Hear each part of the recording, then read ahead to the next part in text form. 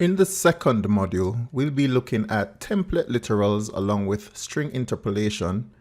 We'll be taking a look at functions and the different types such as arrow functions and some more advanced functions, loops, events such as onClick, onChange, and some others.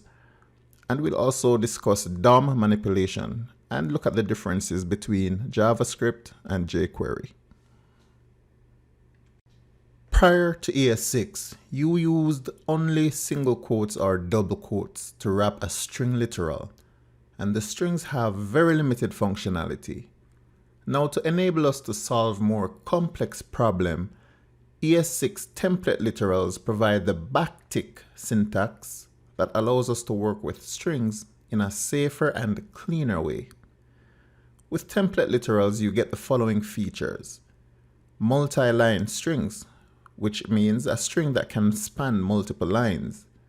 We get string formatting, which is the ability to substitute part of the string for the values of variables or expressions. This feature is also called string interpolation.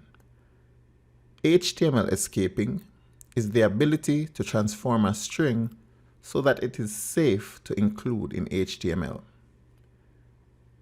Programming loops have to do with the same thing, doing it over and over again, which is termed iteration in programming speak. Now a loop usually has one or more of the following features: a counter, which is initialized with a certain value, a condition, which is a true or false test to determine whether the loop continues to run or stops, usually when the counter hits or reaches a certain value.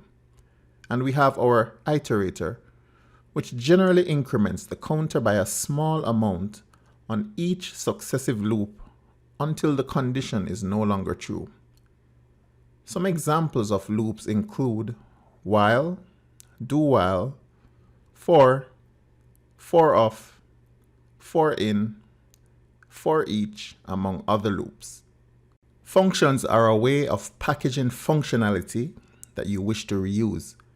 It's possible to define a function that executes when you call the function name, and this is a good alternative to repeatedly writing the same code. An example of a built-in function that we have been using is the alert function, which takes a parameter of a string, boolean, condition, or any type of variable. An example of a custom-defined function that adds two numbers would have the function keyword along with the name of the function, sum. We would pass in two parameters, num1 and num2, and store the result of the sum of these two numbers in result, and then we would return the result. Here is an example of an arrow function that multiplies two numbers. Arrow functions can also be referred to as anonymous functions if it does not have a function name. Real interactivity on a website requires event handlers, and these are code structures that listen for activity in the web browser and then run a code in response. The most obvious example is handling a click event, which is fired by the browser when you click on something with your mouse.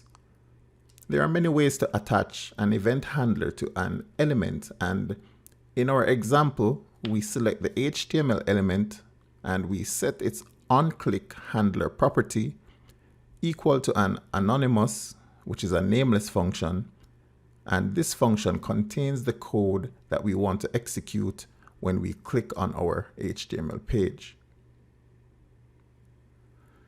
When a web page is loaded, the browser creates a document object model of the page.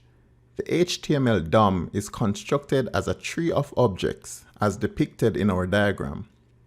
The root element of our document is usually our HTML element, which include a head with a title in it.